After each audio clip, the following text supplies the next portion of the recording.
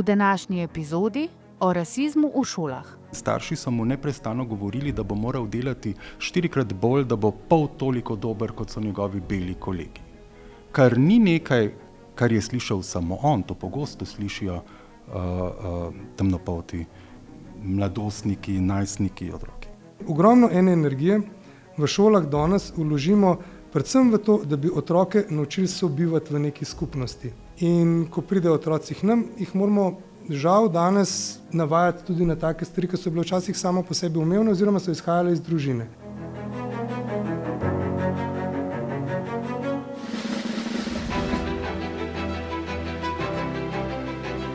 Podcast zagovornika načela enakosti. Dober dan, dobrodošle in dobrodošli v novi 17. epizodi podcasta zagovornika načela enakosti. V današnji epizodi se bomo pogovarjali o pojavih rasizma v slovenskih šolah. Ga zaznavamo, ga prepoznavamo, kako se nanj odzivajo šole, kaj sploh razumemo pod pojmom rasizem. Kako se s tem spoprijemajo otroci, starši in pedagoški ter drugi strokovni delavci in delavke v šolah? Kaj kažejo sociološke raziskave? Kako lahko stanje izboljšamo? K obravnavi te teme nas je med drugim spodbudil incident, ki se je decembra zgodil v Mariboru. Na javnem kraju je bil napaden, poškropljen s solzivcem 12-letni deček temne polti. Zdravniško pomoč sta morala poiskati oba z njegovo mamo. Incident je obravnavala policija, zagovornik načela enakosti pa ga je javno ostro obsodil. Danes so z nami naslednji gostje. Seko Madi Konde, oče temnopolte učenke v osnovni šoli, sicer televizijski voditelj in novinar. Sabina Banič, ustanoviteljica društva Afroskop, mama, posvojiteljica 2 otrok iz Liberije. Sašo Božič, ravnatelj osnovne šole Mengeš in predstavnik Združenja ravnateljev in pomočnikov ravnateljev.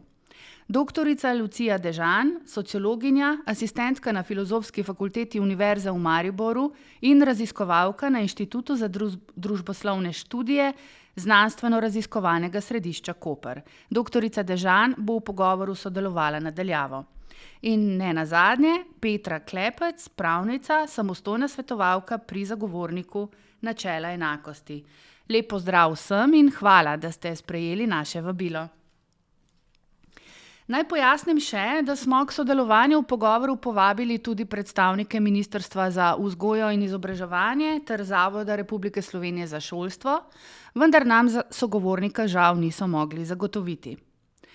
Kako razumejo rasizem in ali je po njihovem mnenju prisoten v družbi, smo vprašali dijake 3. letnika gimnazije Ptuj, ki so se udeležili našega izobraževanja o varstvu pred diskriminacijo.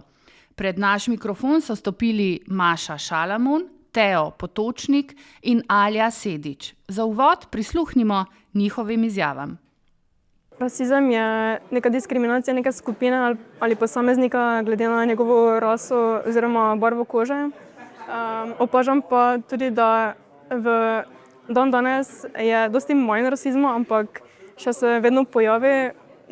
Se mi zdi, da naša država tudi bolj podvržena rasizmu, ker nimamo take raznolikosti. Rasizem jaz ga razumem kot neko prepričanje na druge rase, do katere nimamo niti izkušnje z njimi, pa imamo že naprej mišljenje, da so neki slabi, da so da naprimer črnci da kradnejo ali pa nekaj takega. Drugače pa v Sloveniji je kar prisoten rasizem, samo ni toliko zato, ker niti ne pridemo v stik z drugimi rasami. Drugače pa, ko pride do tega stika, pa smo Slovenci kar rasističen narod. Rasizem razumem kot diskriminacijo glede na barvo kože oziroma rase.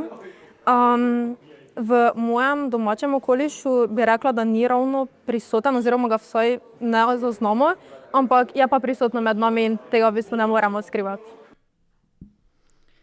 Hvala dijakom za te izjave. Še preden damo besedo današnjim gostom, naj pojasnim, kaj v protidiskriminacijskem pravu pomeni rasizem. Rasizem je po opredelitvi Evropske komisije za boj proti rasizmu in nestrpnosti ECRI pri Svetu Evrope, navajam, Prepričanje, da razlog, kot je rasa, barva kože, jezik, vera, narodnost ali narodni ali etnični izvor, upravičuje prezir do osebe ali skupine oseb ali predstavo o nadrejenosti osebe ali skupine oseb. Konec navedka. Naj povem še, da ravnokar januarja letos sprejeta strategija Evropske unije za boj proti rasizmu 2026 do 2030 med oblike rasizma šteje protičrnski rasizem, antisemitizem, protiromizem, protiazijski rasizem in protimuslimansko sovraštvo. In zdaj k našemu pogovoru. Gospa Banič, ste mama, posvojiteljica, danes 13-letnega dečka, ki je bil žrtev napada decembra v Mariboru. Dogodek ste takrat prijavili policiji. Kaj se je zgodilo do danes? Ali imate informacije, kako je zdaj s to zadevo? In še, ali in kako so se na napad morda odzvale tudi druge ustanove ali organizacije, naprimer dečkova šola ali kaj podobnega? Lep pozdrav vsem skupaj. Ja, za sinom sva eno soboto, konec decembra, sva se sprehajala po Titovem mostu v Mariboru, ker je bil sin brez kakršnekoli povoda napaden s solzivcem. Poškodovana sva bila oba. Oba sva bila tudi oskrbljena v bolnišnici. In dogodek sem seveda tudi prijavila policiji. Postopek na policiji še poteka. Z odgovorno osebo preiskave sem tudi v stalnem kontaktu. Do danes pa kazenska ovadba še ni bila vložena, zagotavljajo pa, da vsekakor bo. Po mojem zapisu na družbenem omrežju so se hitro odzvali predvsem mediji. Dejanja pa so obsodile različne institucije, v prvi vrsti med prvimi zagovornik načela enakosti, varuh človekovih pravic, občina Maribor, verjetno še kdo, in niti nisem vseh zasledila. Oglasila se tudi predsednica države Republike Slovenije. Velik odziv pa je bil med neprofitnimi organizacijami, predvsem med tistimi, ki nekako naslavljajo tudi diskriminacijo, nestrpnost. Tukaj bi izpostavila društva afriške skupnosti pri nas, je kar nekaj teh društev, s katerimi smo se po incidentu tudi povezali z namenom, da takšne in podobne napade, ki pa niso izolirani in so odraz rasizma v naši družbi, tudi primerno naslovimo. Še glede šola kot institucija se ni kaj posebej odzvala. Razredničarka me je osebno kontaktirala, poprašala, kako je, izrazila eno ogorčenje. V šoli, predvsem v sinovem razredu, so se naslednji dan, se pravi pol v ponedeljek, ko je še sin manjkal, ogromno o tem pogovarjali. Slišali smo, da pouka sploh niso imeli, ker so pač razrede menjavali, vedno novi učitelji. Če pa je bil primer še kako drugače, sistemsko naslovljen, pa mi ni znano. Hvala. Do tega sistemskega vidika še pridemo. Gospod Konde, kako ste se recimo v vaši družini pripravili na prihod vaše hčerke v prvi razred osnovne šole? A ste pri tem prehodu naleteli na kakšne težave? Ali pa morda kakšen nasvet bi dali takim staršem, katerih otroci šele prihajajo v šolo? Pravzaprav kakšnih posebnih priprav, da bi hčerko pripravljali na to, da je ona zdaj pa drugačna in da prihaja, nismo imeli. Na prvi razred smo se pripravljali tako, kot se pripravljajo vse družine, ne glede na barvo, z isto mero navdušenja, z isto mero vznemirjenja, z isto mero strahu pred novimi sošolci, pred novimi učitelji, pred novim urnikom. Deloma je k temu pripomoglo tudi to, da je v bistvu okolje, v katerega je hčerka prišla, že relativno znano okolje, ker je tudi kar nekaj njenih sošolk in sošolcev iz vrtca v bistvu šlo tudi na isto šolo, v iste razrede, tako da so skupaj. Tako da delno je to okolje poznala, tudi šola je izjemno blizu našega doma in je potem seveda tudi okolico poznala. Ampak tisto, kar je morda pomembno tukaj poudariti, ko se starši z našimi otroci pogovarjamo, se ne pogovarjamo z tega stališča, da so oni pa zdaj drugačni in jih ne vzgajamo v njihovi drugačnosti, ampak jih vzgajamo v njihovi enakosti in posebnosti. In to se mi zdi pomembno. Težko jih je navajati na življenje s tem, da jim neprestano govoriš, kako drugačni so. Ampak jih lahko uvajaš v življenje skozi to, v čem so dobri, v čem so posebni, in to je ne glede na barvo kože. Hvala. Gospod Božič, zdaj pa gremo k rasizmu v šolah. Kako šole v praksi zaznavate pojav rasizma in morda konfliktov te vrste, torej rasistično motiviranih konfliktov, kako jih obravnavate? Pa če mogoče zaznavate, je teh primerov več, kot jih je bilo kdaj prej, kakšni so vaši izkušnje pravzaprav? Lepo pozdravljeni, hvala za povabilo. Zagotovo so razlike med šolami. Različne šole v različnih okoljih različno zaznavajo te stvari. Sam ocenjujem, da ni bistvene razlike med pogostostjo pojavnosti tega nasilja napram preteklosti. Jaz mislim, da so vedno bile te oblike nasilja. Dejstvo pa je, da jih v šoli danes obravnavamo bistveno drugače, kot se je to, 10 nazaj. Pa tukaj zdaj ne govorim samo o pojavu rasizma, ampak o nasilju nasploh. Šole vsako nasilje obravnavamo, ga vzamemo zelo resno in to vse oblike nasilja. Ne ločimo posebej med recimo rasizmom, med spletnim nadlegovanjem, med fizičnim nasiljem. Vse oblike nasilja so nesprejemljive. Vsako obliko nasilja, ki zaznamo, obravnavamo v skladu s svojimi vzgojnimi načrti, z pristojnostmi, ki jih imamo, zavedati se moramo, do kje šole lahko dosežemo. In poskušamo otroke danes tudi z ogromno preventivnimi delavnicami oziroma dejavnostmi predvsem naučiti sobivati. Mislim, da tukaj danes mogoče toliko izraziti ta sploh recimo pri mlajših težava v nekem pogledu. Mlajši otroci sprejemajo. Tukaj sploh ni nobenih dilem. Drugačnost in tako. Se pa veliko bolj vidi ta individualizem, ki je pa pač posledično iz njega izhaja tudi oblike takšnih in drugačnih težav, ki lahko prihajajo pri rasizmu in tako naprej. Tako da mi ogromno ene energije v šolah danes vložimo predvsem v to, da bi otroke naučili sobivati v neki skupnosti. Smo skupnost, ne moramo biti individualisti in ko pridejo otroci k nam, jih moramo žal danes navajati tudi na take stvari, ki so bile včasih samo po sebi umevne oziroma so izhajale iz družine. In če tukaj naredimo dovolj dobre korake oziroma če nam uspe, če imamo predvsem sodelovanje družine v tistih primerih, kjer stvari ne štimajo, potem lahko naredimo premike. Sami pa v šoli čudežne palčke nimamo in vsega ne moremo rešiti. Nujno potrebujemo v takih primerih, recimo, če to zaznamo, če to nasilje obravnavamo, tudi rasizem, sodelovanje staršev. Ja, hvala. Do tega še pridemo. Jaz bi samo tukaj en medklic. Pri rasizmu ne govorimo o oblikah nasilja nujno, ampak recimo že morda o predsodkih, o stereotipih, o zavračanju, o izključevanju, o nekih oblikah medvrstniškega, mogoče celo nadlegovanja, ampak recimo že tudi na tej verbalni ravni. Tudi na to reagirate? Seveda. Ja.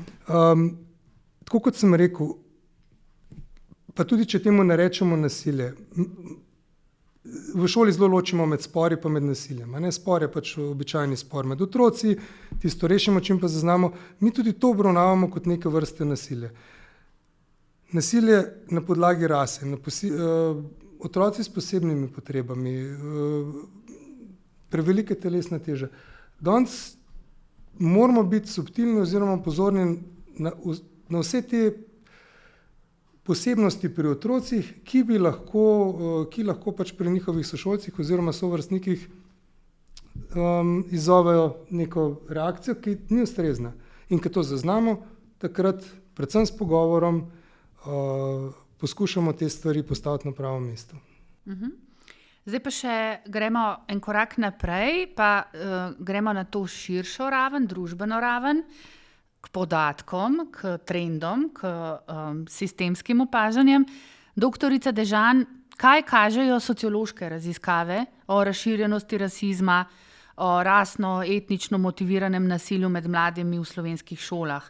Kako se ti pojavi razlikujejo, morda glede na starost, kot je že ravnatelj omenil deloma, vrsto šole, tip okolja, v katerem je šola?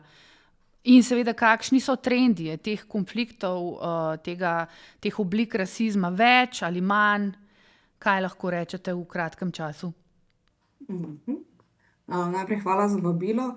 Takoj na začetku v bistvu lahko potrdim to, kar je gospod Božič rekel v smislu tega, da samega nasilja kot takega ti trendi ne naraščajo. Zdaj, takoj na začetku naj bom zelo iskrena, v Sloveniji imamo izredno malo raziskav, ki se osredotočajo konkretno na rasno oziroma etnično motivirano nasilje. Raziskovalci in raziskovalke to ponavadi iščemo s filtriranjem spremenljivk, ki sprašujejo po rasi ali pa po etničnem poreklu. So pa tudi posamezne raziskave, ki jih bom čisto na kratko potem kasneje opisala, ki se seveda osredotočajo tudi na doživljanje izkušenj otrok, učencev, dijakov, ki se razlikujejo od večinske populacije po rasi ali v svojem etničnem ozadju.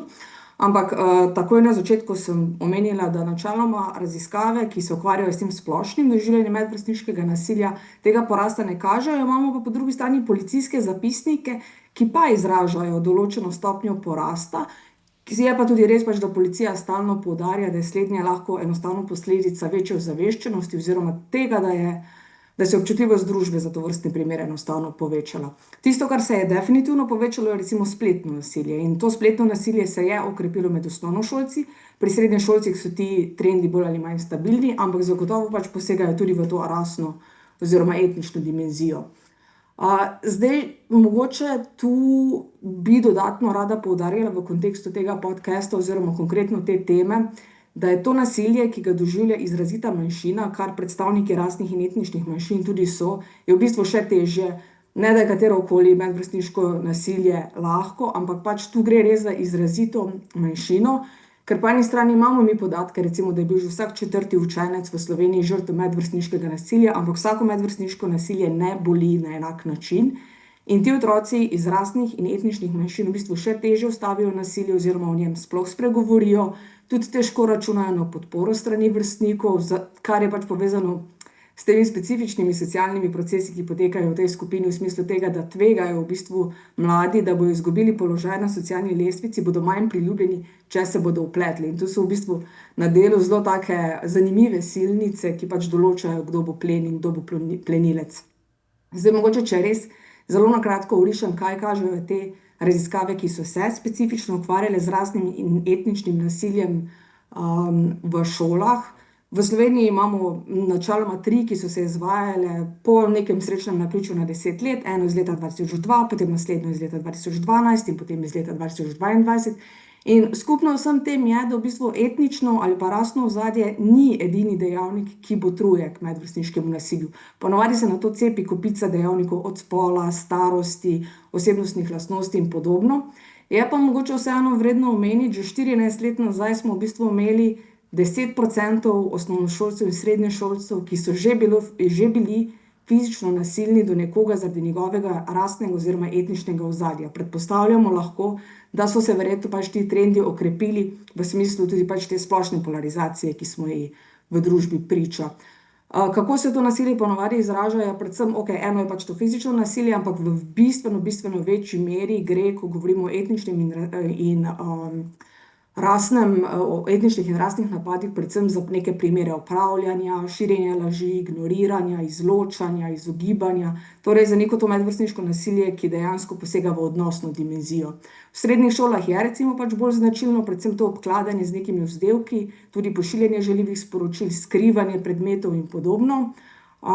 Ampak kar se tiče spola, bi mogoče lahko omenila, da načeloma so neki trendi, ki kažejo, da so dekleta bolj strpna, izražajo tudi bolj naklonjena stališča, kakor fantje so tudi same redkeje žrtev rasističnih napadov, ampak mogoče bi čisto na konec, ob koncu tega prvega dela, pa mogoče tudi v razmislek izpostavila tudi, to so pa v bistvu podatki iz te zadnje raziskave iz leta 2022, ki je sicer bila opravljena na nereprezentativnem vzorcu, torej teh podatkov ne moremo posploševati na celotno slovensko populacijo, ki je pokazala, da je približno četrtina učenk in učencev že imela izkušnjo neenake obravnave strani pedagoškega osebja zaradi svoje rasne oziroma etnične pripadnosti ali pa jezika, ki ga govori, oziroma veroizpovedi. Mogoče toliko za začetek.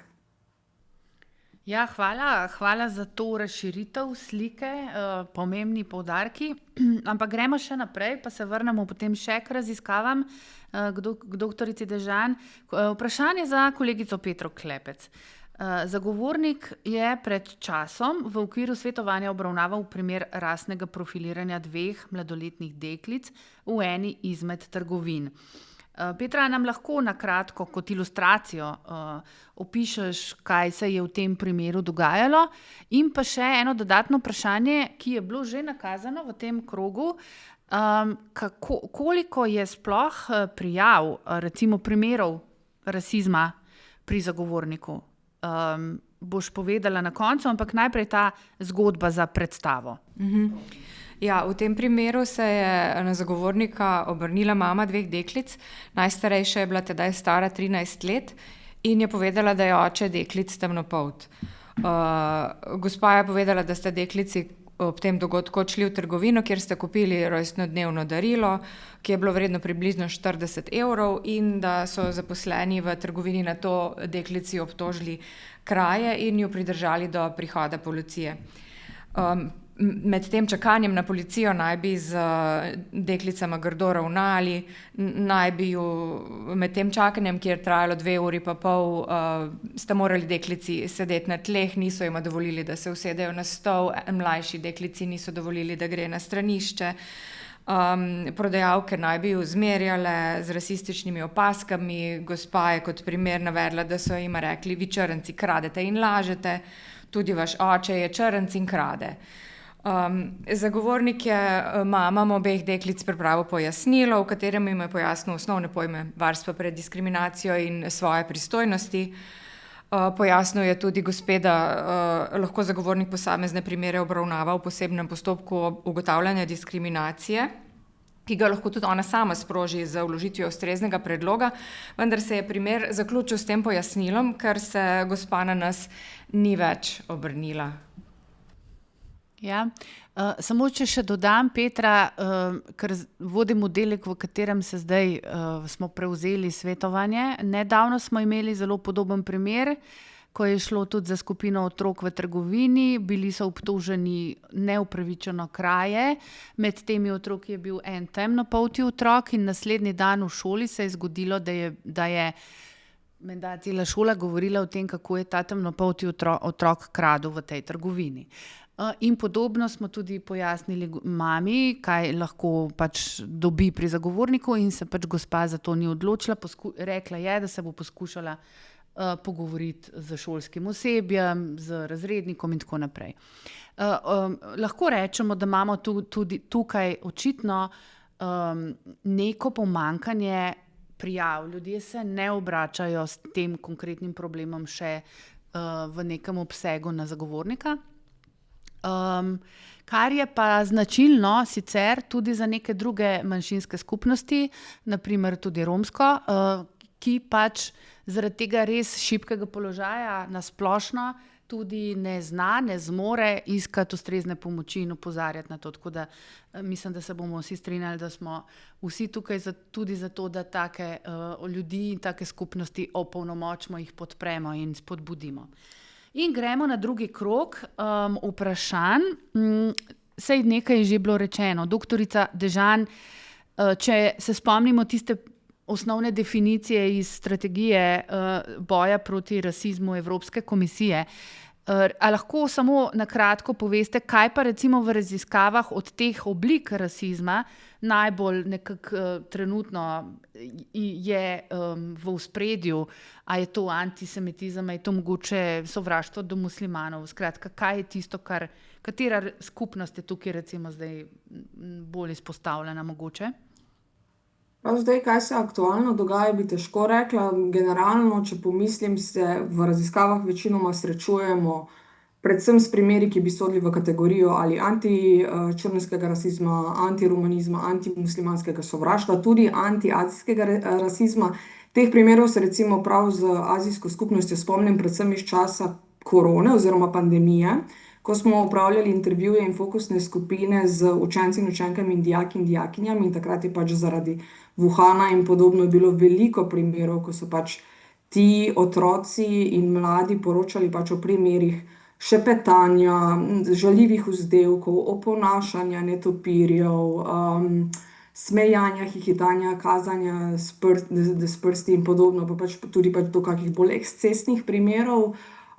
Je pa pač tudi res, da je treba pač biti pošten. Vprašanja, ki jih oblikujemo v vprašalnikih, so tudi v večini primerov nastavljena, tako da se potem tudi pogosteje srečujemo s takimi primeri in bi jih veljalo seveda pač potem tudi razširiti. In recimo zdaj v času v bistvu pač od vojne v Palestini bi zagotovo pač verjetno opazili tudi kakšne druge primere. Sigurno imamo pa še vedno tudi pač premalo podatkov o romski skupnosti, o rasističnih napadih v Sloveniji v odnosu v bistvu pač do, oziroma ki sodijo v to kategorijo antiromanizma in podobno. Konec koncev pač predpostavljamo lahko, ker ena izmed takih dragocenih slovenskih konsistentnih raziskav, kot je slovensko javno mnenje, kaže recimo stališča večinskega prebivalstva, so v bistvu konsistentno negativno naperjena proti romski skupnosti, nizka stopnja spoštovanja strani večinske družbe do romske skupnosti in podobno. In konec koncev se tudi v času te tragedije v Novem mestu, ki se je zgodila, so tudi vzniknila številna pričevanja iz terena, ki kažejo tudi občasno na primere, ko jih lokalna skupnost, pa tudi pač pedagoško osebje spodbuja k izstopu iz šolskega sistema v smislu, zakaj se sploh trudiš, itak si Rom, iz tebe ne bo nič, saj ne boš prišel daleč. In tudi ne bom pozabila ene izmed slovenskih raziskav, v kateri sem v bistvu iz poročanj iz terena, iz terenskih zapiskov prebrala, da so v bistvu posamezni romski učenci in učenke, ki so bili opremljeni s to izkušnjo izključevanja, spraševali socialne delavke, če obstajajo kakšne kreme, ki bi zakrile romsko poreklo oziroma preprečile, da bi drugi videli, da so Romi. Ja, hvala. Ko smo pri Romih, ne morem mimo, da ne bi omenila nedavno izdanega našega zagovornikovega posebnega poročila o izzivih romskih otrok in mladostnikov v izobraževanju, kjer smo tudi sami opravili nekaj raziskovalnega dela. In v enem od intervjujev je bila recimo tudi navedba, da v eni izmed dolenjskih šol so bili primeri, ko so starši drugih otrok zahtevali, da se romske otroke preprosto izloči. Skratka, naj ne bodo skupaj v razredu. Ampak da ne bomo tako črnogledi, gremo naprej z našim pogovorom. In gospod Božič, vi pa lahko res iz prakse zdaj tudi ocenite, ker smo še vedno se pogovarjamo o šolskem prostoru, kakšne oblike ukrepanja imate na voljo, koliko se vam zdijo te oblike učinkovite. Pa morda tudi to, kar ste že prej nakazali, kakšna je vloga staršev ali pa morda tudi drugih deležnikov lokalne skupnosti pri tem, da bi seveda preprečevali oblike rasizma v šoli. Mogoče bi se za začetek vseeno odzval na komentar. Škoda, da ni z nami kakšnega ravnatelja iz dolenjske regije, ki bi vam lahko povedal, koliko truda vlagajo šole, kjer imajo romsko populacijo, na naši šoli je ni, v to, da bi otroke pripeljale v šole. Verjamem, da obstajajo posamični primeri neprimernega odzivanja sošolcev, staršev, mogoče tudi pedagoškega osebja, ampak tam se res veliko truda vlaga v to, da bi otroke pripeljali v šolo in jih v šoli tudi obdržali. Če ravnatelj osebno pride v romsko naselje pred začetkom šolskega leta in nagovarja starše, ne pošlje otroke v šolo, jaz mislim, da je to en tak pokazatelj, da jim le ni vseeno in da mogoče ni tako, da šole nič ne naredijo na to temo oziroma da celo zavračajo te otroke. Slovenska javna šola je za moje pojme temelj slovenske družbe v tem smislu, da je še ena izmed redkih ustanov, kjer dejansko poskušamo vsem zagotoviti enake možnosti. jaz mislim, da je to naša res ena taka velika primerjalna prednost. Majhna država smo, malo nas je, vsakega, ki ga izgubimo, oziroma iz vsakega otroka, iz katerega ne dobimo tisti največji potencial, ki je možen, je v resnici izgubljena priložnost. In slovenska šola enako, res veliko delamo na tem, da bi enako obravnavali vse otroke v okviru vseh pristojnosti, ki jih imamo. Zato ne izpostavljamo posebej, niti ne želimo recimo izpostavljati posameznih primerov oziroma otrok kot, ne vem, otroci, ki recimo imajo telesne, otroci s posebnimi potrebami, s telesnimi ovirami, ampak pač enostavno samo spodbujamo sprejemanje drugačnosti. Vsi smo si drugačni, jaz sem drugačen od vas, vi ste od drugih, vsak od nas je nek unikum in ne barva, ne sposobnosti športne, ne umske, ne more biti tiste, ki nas v bistvu lahko naredijo manj ali pa več vredne od drugih. Vsak, tako kot sem že povedal, obravnavamo te stvari, delamo na preventivi.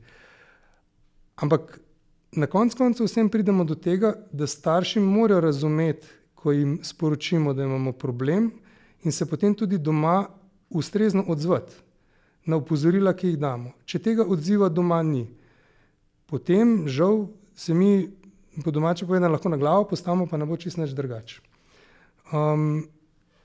Se trudimo, zelo pogosto smo uspešni, jaz vseeno ocenjujem, da večina, velika večina slovenskih staršev je super staršev, slišijo, se odzovejo, reagirajo, tukaj lahko predvsem v kakšnem spletnem nasilju in tako naprej, tega je danes res veliko več, kot ga je bilo včasih, se odzovejo in tam imamo napredek, tam probleme rešimo. Tam, ko pa odziva ni, tam pa včasih naletimo na zid, ki ga pa tudi mi ne moramo preplezati. Torej, res vsi moramo biti pozorni, a ne, in se odzvati. Doktorica Dežan, vi ste želeli besedo, izvolite. Ja, hvala. Me zelo veseli, da je gospod Božič izpostavil to, da ne bo izpadlo napačno. Želela sem pač predvsem v svojem odgovoru poudariti, da so viri, ki jih imajo šole, omejeni, in se mi zdi, da bi ravno v takih primerih, s katerimi slovenska družba kot taka nima še veliko izkušenj, da potrebujejo tudi več neke zunanje podpore, ali strani nevladnih organizacij, ki se specializirajo za to, ali strani Zavoda za šolstvo in podobno. Ker se mi zdi, da imamo sploh zadnje čase izjemno visoka pričakovanja do šole in do pedagoškega osebja, hkrati pa tudi pač do otrok v smislu tega, da od njih pričakujemo neke mehanizme delovanja, ki jih niti pač odrasli zares ne živimo. In me zelo veseli, da je že takoj v svojem uvodnem odgovoru gospod Božič izpostavil tudi neke primere dobrih praks oziroma kaj oni izvajajo, ker tudi dejansko znanstvena literatura oziroma raziskave kažejo, imamo pač empirične podatke, ki potrjujejo, da ravno pač to, da otroke učimo strpnosti, neke tudi regulacije čustev, da jih učimo empatije, da to so v bistvu stvari, ki potem preprečujejo, da sploh pride do nekih rasističnih napadov, ker ko pač zadeve eskalirajo, ena delavnica, kot si pač mogoče večkrat predstavljamo, ne bo rešila zadev, ne? Ampak je tista preventiva zares pomembna, oziroma res proaktivno preprečevanje. Ja, hvala za to intervencijo. Mislim, da je bila res zelo na mestu. Gospod Božič, midva, ko sva se v pripravljalnem pogovoru pogovarjala, ste vi rekli nekaj v smislu, vedno več delamo na vzgoji kot na izobraževanju. Res je. Mi smo vzgojno-izobraževalna ustanova, ni da samo izobražujemo, učimo jih tudi matematike, ampak vedno več časa oziroma energije porabimo ravno na tem vzgojnem področju, ker vidimo, da je to potrebno. Tako da moramo včasih tudi razumeti, če učitelj enostavno prekine pouk in se posveti neki temi, ki nima veze s tistim predmetom. Ampak je čist nek vzgojni moment, ki se mora zgoditi tisti trenutek, na tak način in je vreden časa, ki ga učitelj za to porabi. To jaz svojim učiteljem vedno povem, da vsaka sekunda, ki jo vložimo v to, je poplačana krat 100. In vse to, kar delamo, potem nekako s tem, ne vem, saj jaz tako vidim, vseeno držimo situacijo, ki če tako zelo nasplošno, na široko pogledamo, v družbi ni ravno rožnata, a ne, vse nekje v okvirih obvladljivega. Ni, da se nasilje ne dogaja, ampak naša naloga je, da ga zaznamo, da nanj reagiramo. In šola ni osamljen, izoliran otok, ampak je absolutno eden od družbenih podsistemov, na katerega, kot ste rekli, vpliva dogajanje izven, se pravi v družbi kot taki, koliko je deviantnih pojavov nasplošno se odraža tudi v šoli. Gremo dalje. Gospa Banič, kako pa vi gledate na pojave, oblike rasizma v šolah, na težave povezane s tem, na to, kako se šole odzivajo, iz vaše izkušnje seveda? Tukaj bi najprej poudarila, da otroci rasizma ne doživljajo kot en pojav. Gre za ene konkretna dejanja, gre za ene konkretne osebne izkušnje. Kdo je kaj rekel, storil, izključil. Ko govorimo o rasizmu kot o pojavu, se mi zdi, da nehote zabrišemo odgovornost in pa nujnost odziva. Izkušnje kažejo tudi osebne, da se negativna dejanja povezana z barvo kože pričnejo že v vrtcu. Po 3. letu starosti. Ogromno imamo teh izkušenj. In z vstopom v šolo le še naraščajo in so bolj intenzivna. Rasizem v šolah je pogosto subtilen, ne pa redek. Se pravi, da večina rasizma v šolskem prostoru ni odkritega ali nasilnega. Gre za neke vsakdanje ponavljajoče se situacije, kot smo že prej omenili, besede, šale, zbadanja, stereotipe, izključevanja, nenazadnje tudi molk odraslih, učiteljev. Prav zaradi te subtilnosti je pogosto spregledan, je neimenovan ali normaliziran. To normaliziranje pa daje nekako dovoljenje spet otrokom, da s temi dejanji nadaljujejo. Čeprav žrtev občuti, kljub tej subtilnosti, občuti vpliva na otrokovo identiteto, na občutek pripadnosti, na občutek lastne vrednosti. Mogoče bi še tu omenila tudi stereotipiziranje v učnih vsebinah, predvsem v zgodovinskih, geografskih učbenikih, kjer je še vedno, še danes najdemo negativne stereotipe in neprimerno izrazoslovje, ko govorimo o afriškem kontinentu, na primer. V 1. razredu po vsej Sloveniji berejo Jurija Murija v Afriki. Še danes, in kjer recimo je Afrika prikazana kot nekaj manj civiliziranega. Problem ni v sami knjigi, ki je pač produkt tistega časa, ampak v kakšni rabi, s kakšno skupino otrok, v kontekstu, ni konteksta, otroci, to so 6-7-letni otroci, to dejansko dobesedno sprejemajo. Kako se šole odzivajo? Odziv šol je pogosto, v glavnem je dobronameren, to smo tudi slišali danes, nedosleden morda. Velikokrat so odzivi odvisni od posameznih učiteljev. Že znotraj šole, od enega razreda do drugega, vidimo razlike. Ni nekih jasnih protokolov, katerim bi sledili. Še vedno je prisotna politika barvne slepote. Se pravi, mi otrok ne delimo, vsi smo enaki. S čimer pa mogoče v praksi to pomeni, da ne vidimo nekih specifik določenih skupin otrok in jih potem posledično tudi ne naslovimo pravilno. Rasizem dostikrat obravnava tudi kot konflikt med otroki in ne kot neki vzorec.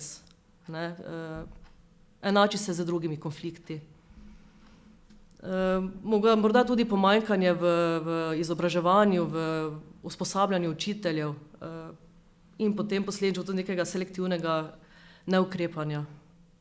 Ja, tako. Toliko. Hvala. Ravno ko ste omenili usposabljanje pedagoškega osebja, tudi prej že omenjena nova evropska strategija boja proti rasizmu, med drugim predvideva tudi vključevanje protirasističnih vsebin v šolske kurikulume in mi imamo ravno kar poteka proces kurikularne prenove v državi, tako da upam, da nas bodo slišali tisti, ki naj bi nas slišali. In tudi poseben poudarek je načrt Evropske komisije na usposabljanju tudi pedagoškega osebja. Če ostanemo še malce na tej izkustveni ravni, če smem reči, gospod Konde, Izkušnje rasizma v šoli zaznamujejo otroke. Kakšne so lahko dolgoročne posledice? Teh je lahko več, seveda. Všeč mi je, da smo se prej dotaknili, čeprav govorimo o rasizmu v šolah, smo se dotaknili tistega ključnega. Rasizem v šolah se začne in konča pri starših. To pričakovanje, da bo šola ali pa razrednik, ki ima v razredu 25 otrok, opravil tisto, kar bi morali starši doma narediti z enim ali pa 2 otrokoma, je zelo utopično pričakovanje. Če pogledamo Slovenijo, ne vem, če ste kadarkoli bili pozorni, kako bogata je slovenska kultura, slovenska družba z vrhunskimi temnopoltimi ustvarjalci. Od plesalcev do glasbenikov, pa če sebe kot novinarja dam nekje na konec, do politikov, do vrhunskih znanstvenikov, do športnikov, pa o tem tako v splošnem družbeno sila malo govorimo. Torej, kakšna je lahko posledica nekoga, ki se neprestano vso svojo mladost srečuje s tem, da se mora dokazovati bolj, kot se morajo dokazovati drugi. Ja, dobiš enega uspešnega, suverenega, samostojnega posameznika, če ima za to podporo v okolju in doma, tako kot pač vsak razvijajoč se otrok.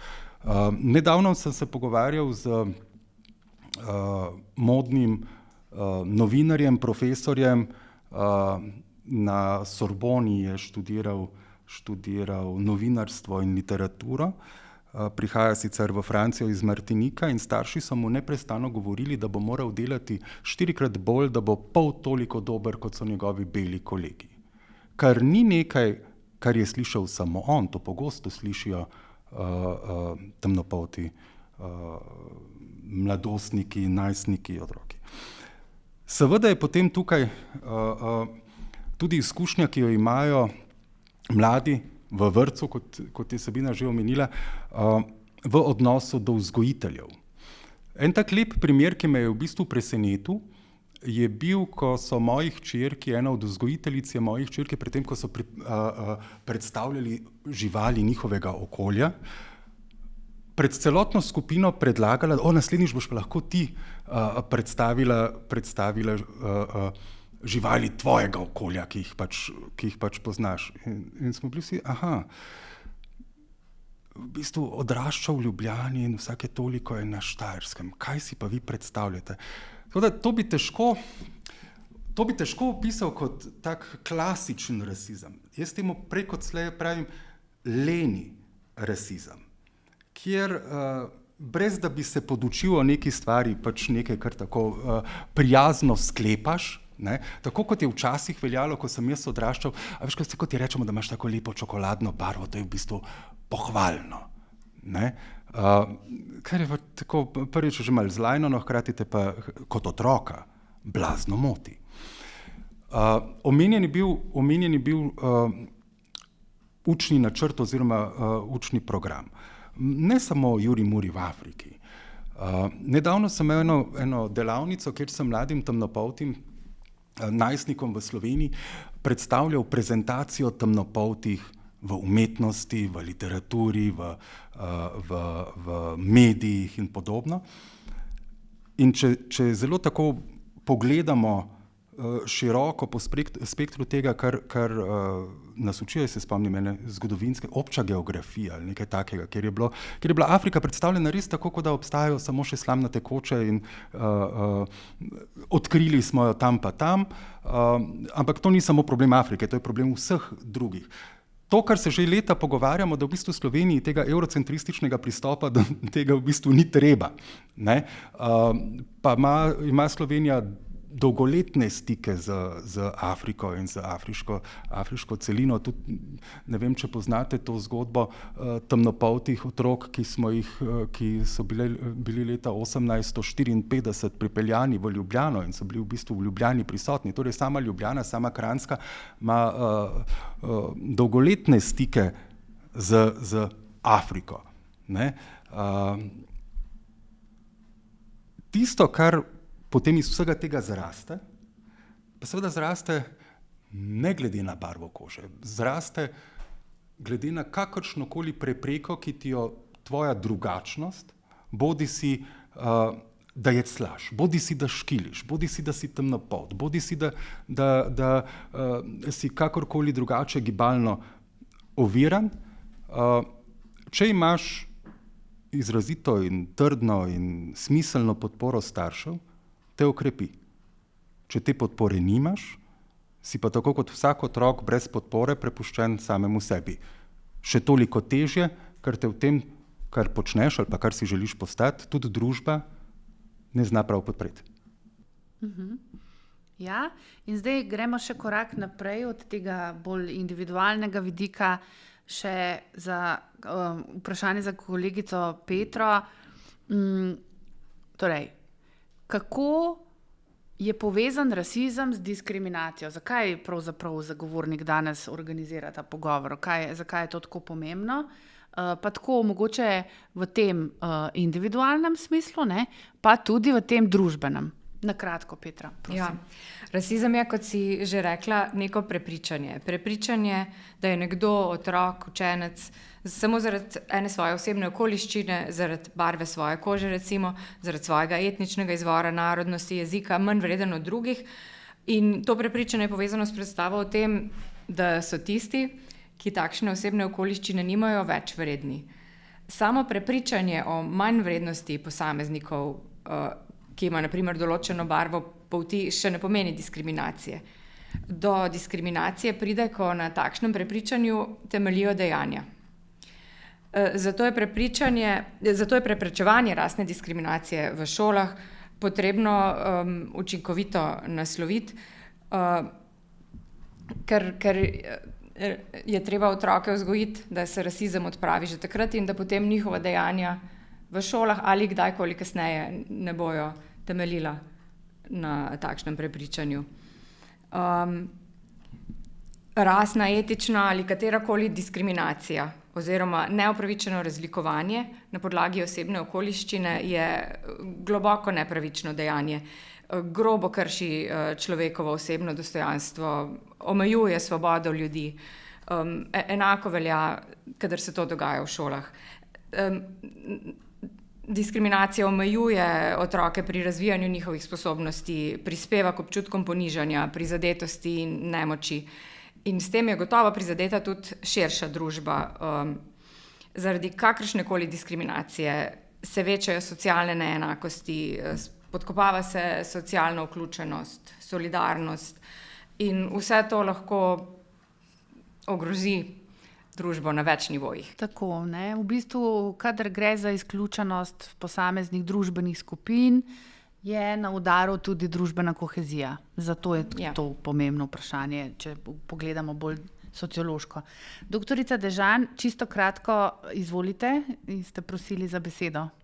Bom zelo kratka. Zelo mi je všeč to, kar je izpostavil gospod Konde in sem tudi pričakovala že z njegovega prvega odgovora, ko se v bistvu zdaj navezal na leni rasizem, ker tudi mi večkrat v raziskavah in potem tudi v praksi na terenu opažamo vsake take zadeve, kot so recimo kulturni bazari, pa mednarodni dan jezikov in podobno, so prakse, ki na prvi pogled deluje zelo neškodljivo in tudi celo napredno, ampak pogosto pa v bistvu utrjuje to, kar v bistvu na nek način želimo odstraniti. In hkrati predalčkamo in učenke in učence in njihove družine v neke kulturne kategorije in jim hkrati sporočamo, da niso v resnici del naše šolske skupnosti. Jaz sem prepričana, da ko šole to organizirajo, tega ne organizirajo s slabimi nameni, ampak dodatno potrjuje argument, ki sem ga prej predstavila, da šole samo potrebujejo več te zunanje podpore strani priseljencev in priseljenk, predstavnikov in predstavnic manjšin, podobnih zadev. Zato, ker dobro pomislimo, mi recimo učenki in učencev slovenskega porekla, recimo jim ne, jih zelo redko tiščimo, ne vem, v narodno nošo, pa jih silimo, da plešejo folklorne plese in podobno, ne. In je hkrati tudi, mogoče pa malo je pa nekega takega slabega priokusa, da če v ozadju po eni strani imamo to vrstne dogodke, v ozadju pa recimo ne nagovorimo recimo nepravičnega ocenjevanja ali pa tega nadlegovanja na podlagi rase, tudi kakih nižjih pričakovanj do učenk in učencev, ne. take zadeve je potem smiselno prediskutirati v nekem širšem krogu. Tako, hvala, ker skrbite za to, da nam ves čas malce še širite ta fokus, s katerim smo začeli. Zdaj pa bi jaz v bistvu prihajamo v sklepni del pogovora in bi v bistvu poenostavljeno vprašanje, ki pa ima najbrž zahtevne odgovore. Za vse enako približno skozi vaše oči.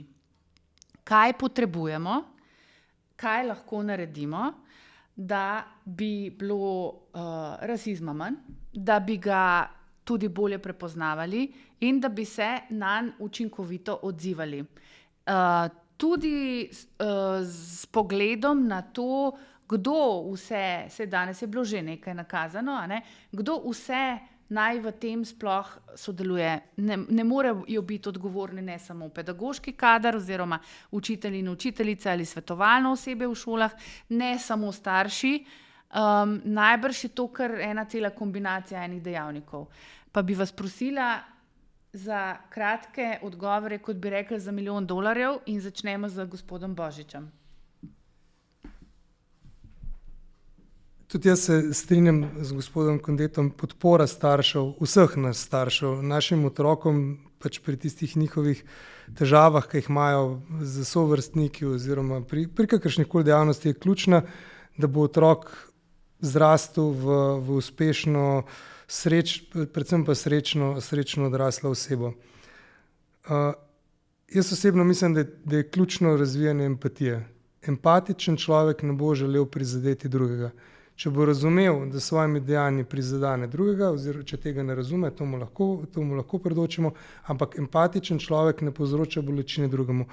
In predvsem to spodbujanje, razvijanje empatije pri otrocih, jaz mislim, da je ključnega pomena za to, da razvijamo, da vzgojimo oziroma da ustvarimo generacijo, ki bo na te stvari gledala drugače, kot mogoče gleda kakšna generacija zdaj. V šolah zagotovo ne želimo izpostavljati posameznikov pri takšnih stvareh, tudi otroci sami ne želijo biti nikoli v takih primerih izpostavljenih, zato vedno zelo generaliziramo te stvari, govorimo na splošno oziroma tako, da se da razumeti, kaj želimo povedati. Zagotovo bi nam prav prišla tudi zunanja podpora. Šole res veliko naredimo, ampak smo omejeni, imamo omejene resurse. Nekatere spremembe so bile recimo pri normativih za svetovalno delavko in tako naprej, ki so bile nujne, ampak tudi to žal v današnjih razmerah več že skoraj ne zadostuje. Tudi ministrstvo je na nek način poskrbelo za neko sistematično vključevanje priseljencev v šolske okolje, so neki sistemi pa to. Tudi te bi se dali nadgraditi, predvsem z sodelovanjem širše skupnosti in tako naprej. Tako da jaz mislim, da je bilo že vse povedano. Kako, na kakšen način, jaz osebno, mogoče pa tudi ne bi želel, da se sliši kot neka kritika, ampak vseeno, jaz osebno bi si želel samo, da bi študentje, pedagoški študentje med samim študijom se večkrat srečali s tematiko ne samo rasizma, ampak nasilja, oziroma kako obravnavati take dogodke v šoli. Odlično se naučijo svojega pedagoškega dela, se pravi predajanje snovi otrokom, tukaj pa mislim, da mečkaj šepamo. Tako da tukaj jaz vidim recimo neko možnost za izboljšave. Hvala. Gospa Banič in gospod Konde, isto vprašanje. Zdaj, mogoče izpostavila, da je pomembno, da se o razlikah, o izključevanju pogovarjamo že zelo zgodaj, že v vrtcih, v prvih letih šolanja. Z dveh razlogov, ne le zato, da čakamo na te neke resne incidente, ampak predvsem takrat se še otroci oblikujejo, izoblikujejo, predvsem se oblikujejo predsodki in takrat še lahko mi na to vplivamo. Ko so predsodki enkrat zakoreninjeni, je potrebno veliko več kot pa delavnice in pogovori. Ok, gospod Konde. Bom skušal biti sila praktičen. Dva predloga. Recimo, neprestano govorimo o tem, kako nas drugačnost bogati. Ampak potem nam pa zmanjka, kako predstaviti to drugačnost.